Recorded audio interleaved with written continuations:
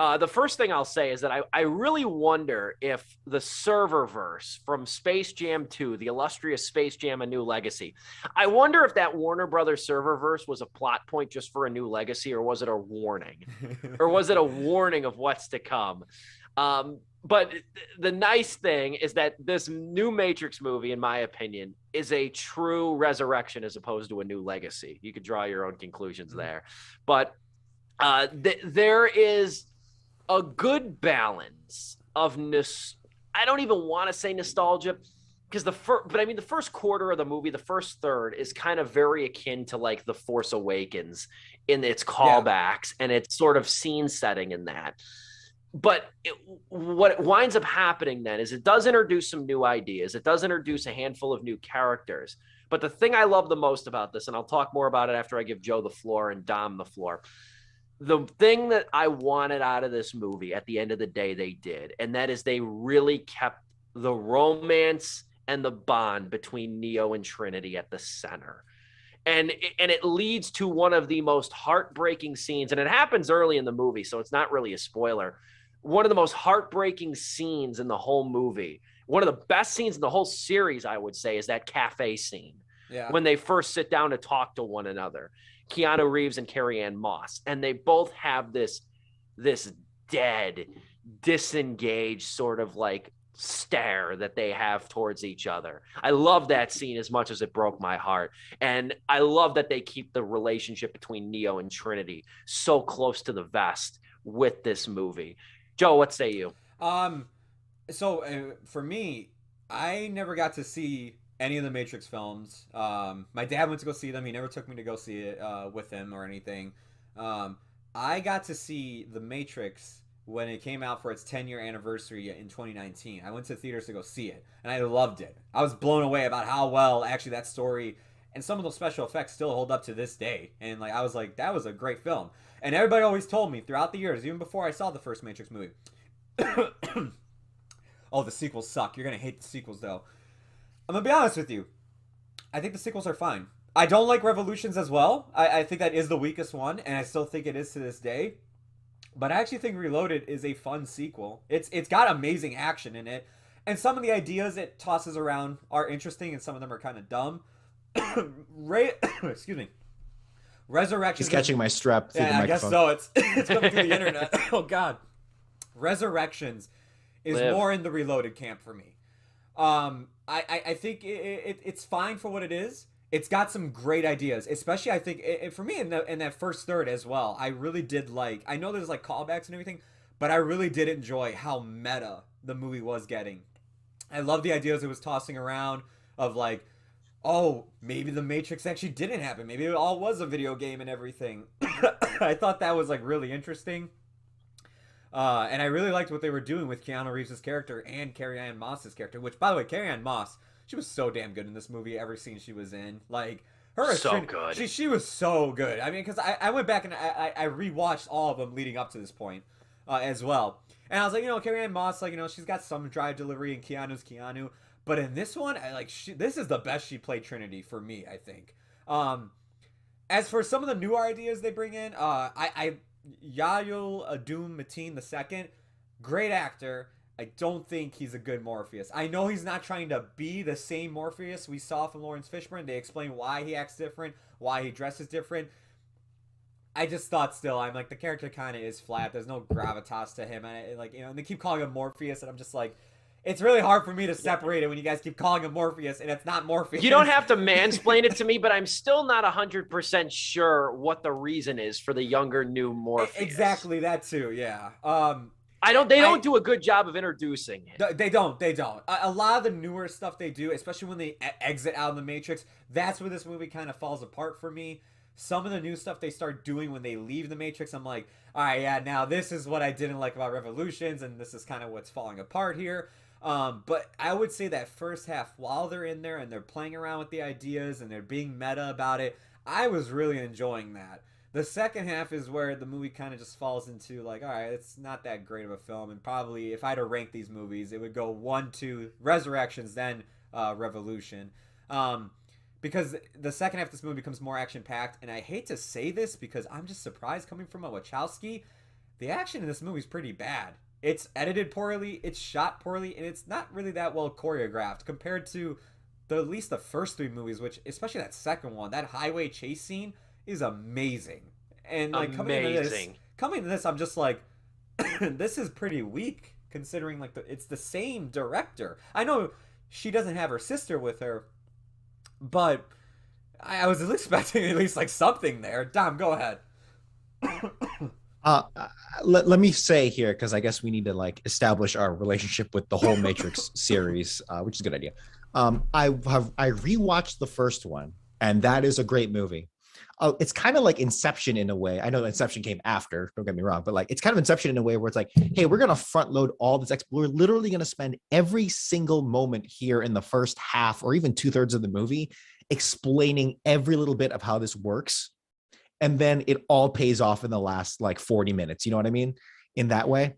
And that's a movie too, not to interrupt you, but I'll say this, is that's a movie I feel like after I came away from it, watching it again 2 weeks ago, I thought to myself, I'm like, this thing could probably come out today with minimal changes and still be as good and feel as fresh as it did in 99. 100%. That's how well made and beautiful it is. Continue. Yeah. And then I don't even remember what happens in the second and third movies because I have not rewatched those. I remember kind of watching them. Fun fact, or I think you guys remember this too. Apparently those 2 movies came out like 3 months apart or something. Like Reloaded 6 months apart. Yeah. Because they were filmed back to back in like a Back to the Future 2 and 3 situation. And they came out like the same year, not even at the beginning and the end of the year, May and November, March, April, May, and the June, internet July, wasn't August. as big. Social media was not a thing then. So like what happened was people went to the theaters for Reloaded and they saw a teaser for Revolutions before Reloaded started. It really was like November, Back to the Future. and it said November 2003. Yeah. That had to be epic. That had to be epic. Here's how I view the Matrix, right? The Matrix is a spectacle, I should say. It's a treat for your brain and for your eyes. Those are the 2 stand in the history of cinema, in the grand scheme of all, motion picture history. That's what the Matrix, I think, is best known for. It's for screwing with your head and while also being a visual effects breakthrough. Yeah. And, I watch a lot of Corridor Digital and like how they go in depth about like visual effects, and like they cannot stop talking about the Matrix because that's how important it is in the history of visual effects. And it was, obviously Matrix was very ahead of its time, and how it viewed the world and the sameness of it all and all the themes there. Resurrections has that weight upon its shoulders. And my God, did I have a good time in the first third of the movie, at least, if not first half of the movie, going like, hey, you know what? I think they're going to do it here. They're going to do something, because they right away in that White Rabbit montage. Love that White Rabbit montage. White Rabbit is kind of overused, not just in movies in general, specifically Vietnam movies. If they're not playing Fortunate Son, they're playing White Rabbit. But damn, if I love that song, and they nailed it here. Obviously, very obvious use, but it's kind of like they kind of had to use it because it's the perfect song for this kind of movie, because literally the Alice in Wonderland reference. But they attack all these preconceptions head on. They're like, hey, characters are literally saying, what is the Matrix? Oh, they got to have bullet time and all this stuff. It's like Wachowski is throwing the gauntlet down. She has to have something up her sleeve here. And then as the movie comes along, nothing kind of materializes out of that green energy. And it was kind of a letdown to see. I had zero hype for this movie. I think the rest of the world did. Negative hype for this movie. I had no expectations going in. But even then, you hype yourself up in your own movie, and it still kind of let me down. There has been some argument. I have a friend whose opinion I trust a lot, and he was like, you know what? I think there's more to this than you think, in that, subtly this movie is trying to buck its trends. The fact that the action here isn't so well developed or stand out is kind of a statement in of itself. And I'm misrepresenting their argument, but at the same time, I was like, I don't know. This just feels like that. I've heard those arguments, not that specific one, but I've heard those arguments about when it comes to bucking its own thing, especially with this movie. as far as the action goes, I'm sorry, but like that's reaching it for me. Yeah, well, that's even like my Yeah. answer to my even answer to him was like, um, if you're gonna try and be different, if you're really gonna try and buck all your preconceptions, you really have to go all in on doing that. Yeah. And maybe I missed some of that subtlety, but it didn't come across, at least in the first viewing. But it's like, yeah, okay. So for instance, Morpheus, right? You're bringing back Morpheus, but you have a different actor playing him, and that is intentional because it's not. I mean, Lawrence Fishburne is down to make more movies. We know that, Yeah. and I don't think there was a public statement where Lawrence Fishburne is like, I do not want to play Morpheus. No, I think there was a reason. It's like, okay, what was the reason? There has to be something up Wachowski's sleeve here. Like Steve said, they never really explained it that well. And any subtlety for that reason is kind of out the window because Fishburne is so iconic in that role. So, that's like his career defining movie other than Cowboy Curtis. I'm stunned. I'm stunned he was never even asked. Because that's what he came out and said, that they never asked him to do it. I thought this was going to be a No Way Home situation. I'm like, he's just denying it. He's making up shit. He's going to show up. The credits roll by the end of this movie. I'm like, oh shit. He wasn't in it. Yeah. And he's so integral. He's so integral. Having rewatched those movies, his presence is just, you always feel like he's there. And again, I am down to be like, hey, part 4 of this whole new whatever direction you're going in, fine, throw down the gauntlet, screw it, we don't need a Morpheus anymore, fine, that's totally cool. But you brought back a Morpheus, you brought back an actor who looks just like Lawrence Fishburne to play Morpheus, right, doing a Morpheus impression kind of. And it's like, you're playing so close to the wire. Any defense of like, yeah, we're trying to be different doesn't really work here. I'm sorry. And go ahead. Yeah. Well, I was going to say that, so in terms of like the cerebral part, it's like, you're not really introducing much here that at least comes across to the average moviegoer. Maybe if you go deep into it and you fill in a bunch of the blanks, sure. But man, it does not come up. You need to really make your statement known. You need to really push that message, and not enough of that was there. And part 2 is, was there really a standout visual thing? Because in the original trilogy, even though, as I said, I don't remember much of 2 and 3, I remember the highway scene. I remember Neo fighting the 100 Smiths in that parking lot or whatever. I remember the pouring rain. I remember the defense of Zion, how awesome, how badass that, him, the dude shooting at a stream of robots coming at him while he's being torn apart and screaming into the robots. I remember, the slow-mo punch scenes in the ring. I remember that. Yeah, exactly. And that was cool. That was awesome.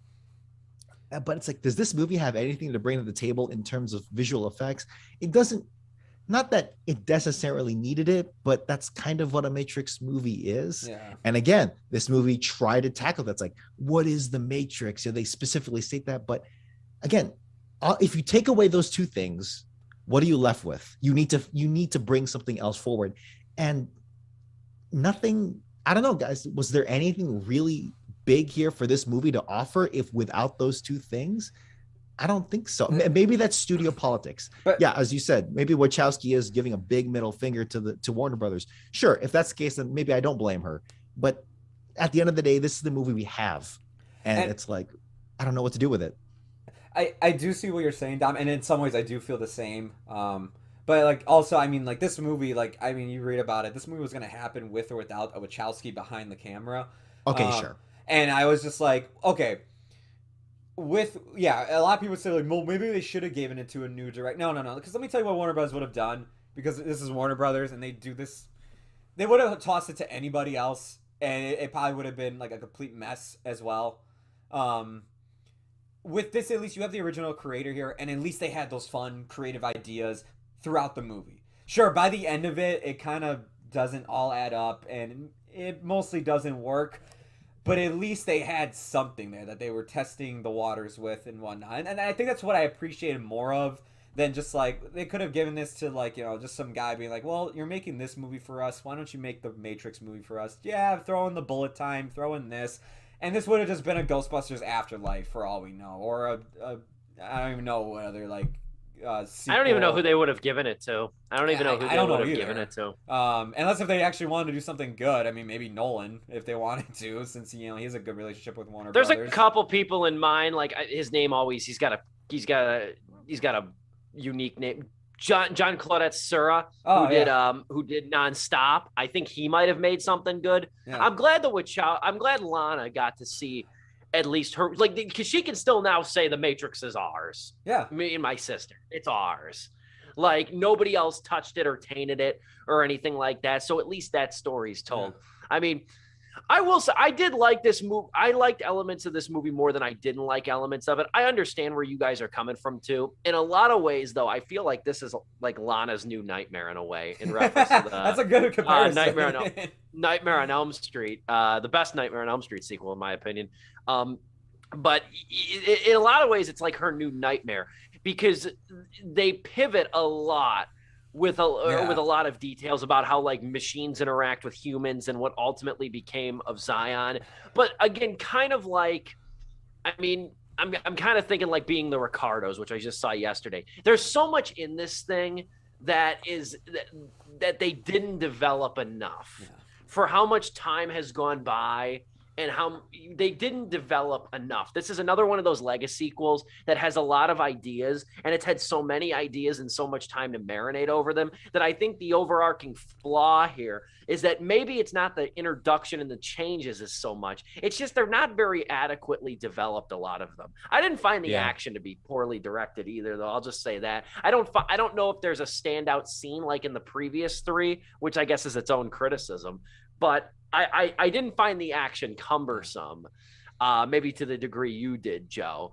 I really found myself, if nothing else, just held together strictly by the chemistry between Neo and Trinity, who, by the way, both of them, Keanu Reeves and Carrie-Anne Moss, are not only great, they look great.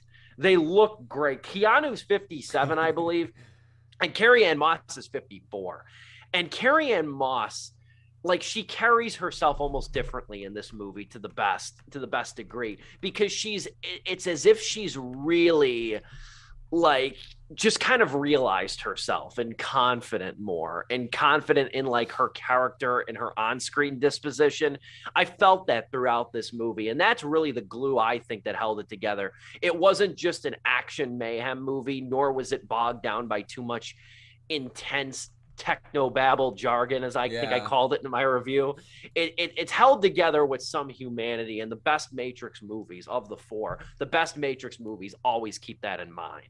Yeah, credit where credit is due. On average, this cast is pretty damn good. Yeah, I would like. I mean, Yahya Abdul-Mateen, even though his character is kind of like what's going on here, his portrayal is pretty damn good. Just a Henwick as the blue-haired captain. I actually really thought Bugs was a cool character. I loved her. She was cool. She was awesome. Yeah. She was great. Jonathan Groff as the new Agent Smith. I thought I was waiting for like, oh, come on, are we really going to try and replace Hugo Weaving here? No, dude, he killed it. He did well. Again, between the new Morpheus and the new Smith, the actors were doing great. It's more so just how their characters were handled. I thought Smith, you only see Smith like 3 times in the movie, and he's kind of fighting screen time with literally fighting in the movie, but also screen time characters fighting with the analyst played by Neil Patrick Harris, who I really enjoyed. I like this new character. That was a good dramatic turn for him too. Okay, I was 50-50. I enjoyed it. I love a divisive debate. I do wonder if you even needed Agent Smith at all in this movie. I do wonder if you needed that at all. I know he plays like plot points important, but was he really that nice? Could you just not have written a different situation? Like I think even just dedicating Neil Patrick Harris as the main bad guy in this whole movie, or at least antagonist, I think that might have worked better. And then you introduce Smith later on if she even wants to make new movies. I don't know. But yeah, dude, everyone, I mean, in fact, I'll even go so far as to say the weakest people here are probably Jada Pinkett Smith, because her trying to be super old brought me out of it. Cause like, I know you look good. Like, I know you're freaking like aging like Moss and Reeves here. Like, I know you're doing way better than this. So it kind of brought me out of it, the makeup. And then Keanu Reeves kind of had like, I don't know, his line delivery Man, when Keanu has to say 3 words, he's awful. When he has to do long sentences, he's good. It's like, oh, what the hell's your problem, man? When he has to deliver like exclamations or something, like yeah, I it's feel reaction like lines. I feel like he's just really gotten sucked into the meme culture, and I almost think, how could you not if you're him? Keanu has never been the best actor. Let's just solidify that right away. He's never been the greatest actor on, like, oftentimes he's not usually the best actor in his own movies, you know. And I don't know if everyone just got better or if he got worse. Like, I can't tell. But yeah, he wasn't the stand-up performance. Let me say that. But Carrie-Anne Moss is firing on all cylinders. She has an edge to her that I didn't even see in the first 3. I might even say, like, yeah, this is the best out of the 4 for her.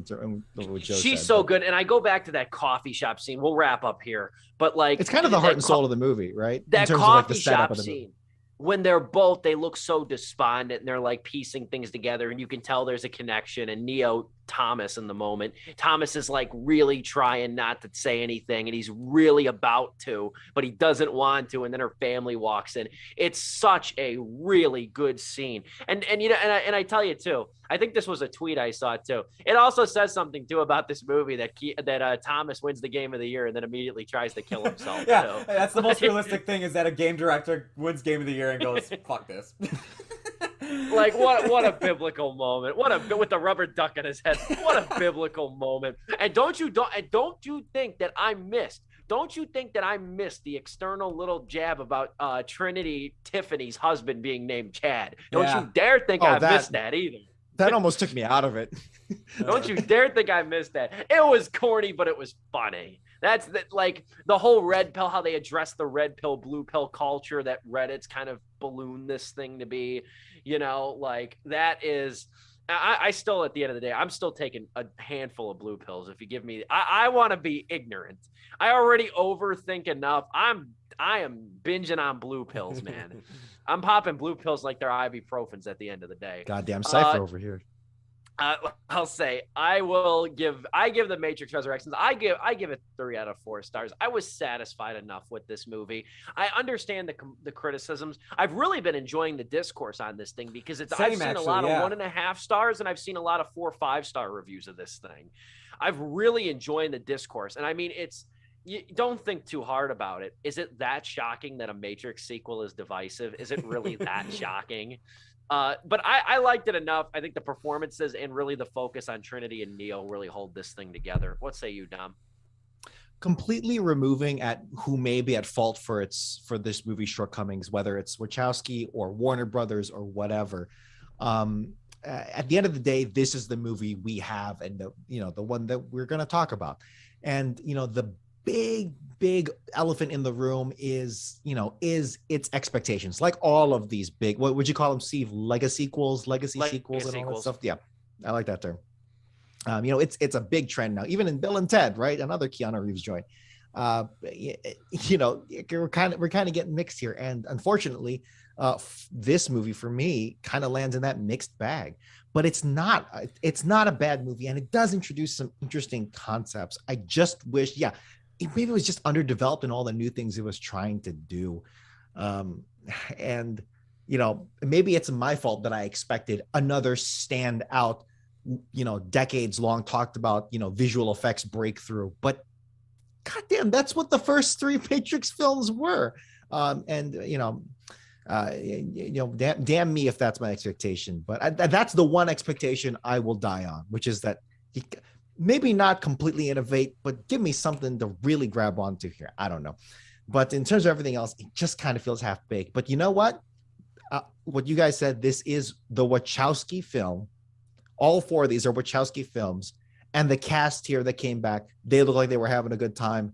And I was having a good time here for the majority of it. That first third of the movie, I was really hooked on. That White Rabbit sequence was really fun. I just wish it didn't come out of the ovens kind of half baked for me. So I'll give it 2.5 out of 4. Joe, send us home. I'll make this quick because literally my dad's standing right there for me to leave the room. It's also 2.5 out of 3 stars for me. The longer the movie went on, Out of it 3. just got I'm sorry, out of 4. The longer the movie went on, it got weaker and weaker. I did feel the same by the end of it, that like it was kind of half baked, but I did enjoy what we got. I'd rather have a sequel like this than possibly what could be like an Afterlife or some other Space Jam. Space Jam, where it's just like, isn't this great that we're doing this? Anyways, I'd rather it be like this. To me, this is a way better sequel than probably we could have gotten. And yeah, I actually have been enjoying the discourse, and I am on more of the side of defending the movie than opposing it when it comes to like interacting with other people like that I've texted or even just online, like seeing posts. I'm just like, I don't agree with that. Like I've seen the post where it's just like, man, it's funny that Free Guy is the better Matrix movie. I'm like, get the hell out of here with that. All right. Easy. Easy. Like Free Guy, we'll wait to my worst of list. Anyway, I didn't see it, so yeah, 2.5 out of 4 stars for me.